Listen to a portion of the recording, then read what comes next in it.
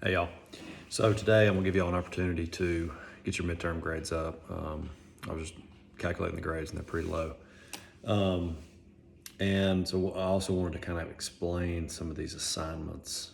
And I've already explained, I guess, assignment 1, lesson unit 3, but I wanted to really explain assignment 3, lesson unit 5. And I'm gonna give you an opportunity to, by Sunday, turn in, if you want to resubmit, if you made a low grade on A1 or A3, so that's in lesson unit 3 or lesson 5, I'm going to allow an additional attempt. And so I want you to really work on it and really try to fine tune this memo, both these memos. And I want you all to make good grades. I want you to really pay attention to the directions, and I want you to pay attention to this video. Do this for me. Get a pen and a paper right now. Push pause if you have to.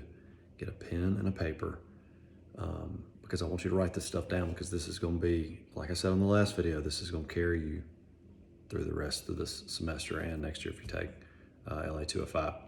So very important things. First off is read the directions, okay? Read the directions. Read them 3 times if you have to, okay? The directions, for example, there were a lot of you that did not follow the format on either page 300. There's also a discussion of it on page 65, page 81. Some of you didn't have discussion/analysis. Some of you did not have a conclusion. You have to have that in a memo, okay? Some of you just went statement issue, facts, and that's it. So keep that in mind, y'all. Just go back and read those again. This memo thing is very important, okay? And it's gonna help you in other classes too, and in any career you get into. You need to know how to write a memo. So go look at those. A lot of you did it right. Just make sure you're stating some kind of issue. You can also put the facts. That's optional if you want to go facts, issue. And then in the discussion or analysis, that's where you can do that IRAC also. You can put an IRAC within the discussion, okay? So you can talk about cases, you can talk about statutes. For example, in A3, there were, in the instructions I said federal and state, okay? So that was a hint there that you need to be looking at state crimes and federal crimes. A lot of you said, yeah, it was a violation of state crimes, here's the statute, but then didn't even talk about federal. Or maybe you said it was a violation of federal law too, but then you didn't state what the law is. Remember, anytime you're dealing with legal issues, you need to state the law, quote it, okay? Do you hear me? Write that down. Quote it. Quote the law. Quote it. So, and remember, state and federal are 2 different sovereigns, okay? As you know, I prosecute federal crimes. So I'm looking at, in the, Title 18, in this case, it was 922, United States Code 922. Look for the right subsection. Okay, some of you got 922 right, but you didn't look at the right subsection. Remember your facts here. We're talking about felon in possession of a firearm, okay? So go in there, I'm not gonna tell you, but go in there and look at the subsection. Which one does that apply, okay? State crime. In Mississippi, it's also a state crime to possess a firearm being a convicted felon. Find that, okay? Quote it, all right? As far as the elements go, I asked you in the instructions to put in I said, find the relevant state or federal criminal code that will apply. Also, I want you to provide the elements on the crimes. Hint, jury instructions provide the elements. Okay, I told you the answer there, right? Find the 5th Circuit, and what I'm really looking for here is, y'all, it's Googling. You can Google. Now your book talks about jury instructions. I didn't write down the page number, I don't have it handy, but the book discusses how the elements will be found in the jury instructions. I think I did write that down. Yeah, I'm sorry, page 187. Okay, so 187 in your book. And again, y'all, the book is great. The book will guide you. If you watch the book, if you read the book and watch the videos, you will make good grades. And read the instructions. I'm telling you, you will make a good grade in this course. It's real simple. I promise you. Read the instructions, watch the videos, read the book. The book is key. 187, it talked about how you find the elements to a crime on the website of courts of appeal. They'll have the jury instructions. I told you here, the Fifth Circuit Court of Appeals covers Mississippi. Again, a hint, I even said hint. So you go to that website, you find the criminal jury instructions. You click on them. Then you find your statute, okay? 18 U.S.C. 922, boom, what subsection, okay? One or two of you found it. When you're resubmitting assignment 3, I want you to go back and do that, okay? And I want you to put the elements in there. So think about it. You're gonna put, what's your issue? Your issue is your client was arrested with a gun. He's a felon. It was a traffic stop, okay? You're gonna need to put your facts in there. Put your issue. There's your issue. You need to put your discussion or your analysis. That's gonna be where you're looking at the law. It has to have the law in there. You need to quote the law and then quote the elements, right, from the jury instructions.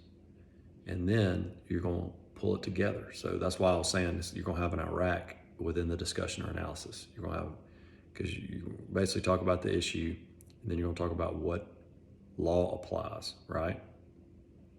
And then when you're quoting that law, then you're gonna come back and talk about that law and how they apply to your facts, right? So that's connecting your facts to the law. So you're gonna talk about your client. This one's pretty simple. He was caught with a gun and he's a felon.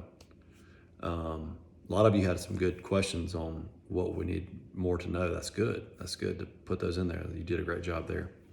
So then once you apply the facts to the law in that section, then you're gonna come to a conclusion down here, right?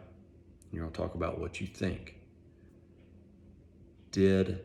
Would the government meet the elements of this crime based on the facts that you have? What are some other questions you may have for the client, right? So keep that in mind when you go back and write it. And some of y'all are still not using the memorandum format where it looks good. And when I click on that, it needs to be pretty, right? It needs to look great and professional. It needs to look good. Go to page 300, write this down, 365, 81. A combination of those will get you a good grade, okay? Again, I'm not asking for an exact thing. I'm just asking for facts, issue. Some people have facts, some people don't. It's fine if you don't. Issue, discussion. That discussion needs to talk about your facts and law, and then applying them together, right?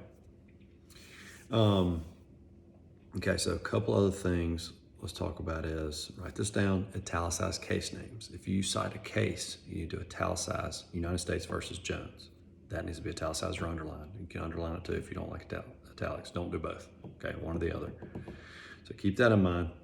Keep in mind that personal opinions do not belong. And that, as your book said, page 14 and page 81, right? It talks about how they're not worried about your personal opinion. They're basically saying, I mean, in a sense, you're saying what you think the court would do, but don't say I, or my opinion is. Just don't say that. Say, it appears the court will find our client guilty, or something like that. Or that's actually incorrect. What you can say is, the court will likely find XYZ. Now, remember, this is an important point just going forward, a jury will find your client guilty.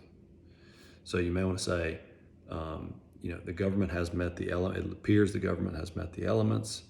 He will likely be convicted by a jury, okay? So keep that in mind. Don't use contractions in legal writing. Shouldn't or can't, just say cannot or should not. So don't use contractions. Let's see. If your memo is only 1 or 2 sentences for each section, it's probably not good, okay? This is a memo, so you need to put a little time in it. It needs to be at least 3 or 4 sentences in each section. Now, your issue may be a little shorter. You may have 1 or 2 sentences in your issue. But if you got facts, it's going to be 2 or 3 sentences at least. Your discussion should be at least 1 paragraph, probably 2 paragraphs. Conclusion, 3 to 4 sentences, right? Same way with the holding, and when we're going back to case briefs, I'm going to allow you to submit A1 also. Now, I would go to the other video and watch A1, okay? So watch that before you submit it. That is a must, okay? Go watch that again. If you've already watched it, go watch it again. Let's submit that and let's get these grades up. As far as my grading notes, when I grade your papers, when your assignments, I'm going to put comments in there. Even if you made a 10, okay? You need to still read the comments because it may help you. I may have given you a 10 even though you should have done a little more, okay? The next time, I'm gonna remember, that it's kind of like, hey, you're okay this time, but next time this needs to be in there. So that's why you need to always read your comments that I make on your grades. So again, I'm giving you a second chance on these assignments. I know this is all new. I know it's tough. It's not easy. This is a whole new way of thinking. But this is an upper level class, and so y'all need to learn your writing skills. And I really want you to all become better writers, and I want you to all make good grades. And so I'm gonna give you a chance to go back and submit A1 and A3. Okay, I'm gonna allow additional attempts. So go back if you made a bad grade on those and submit them. Thanks.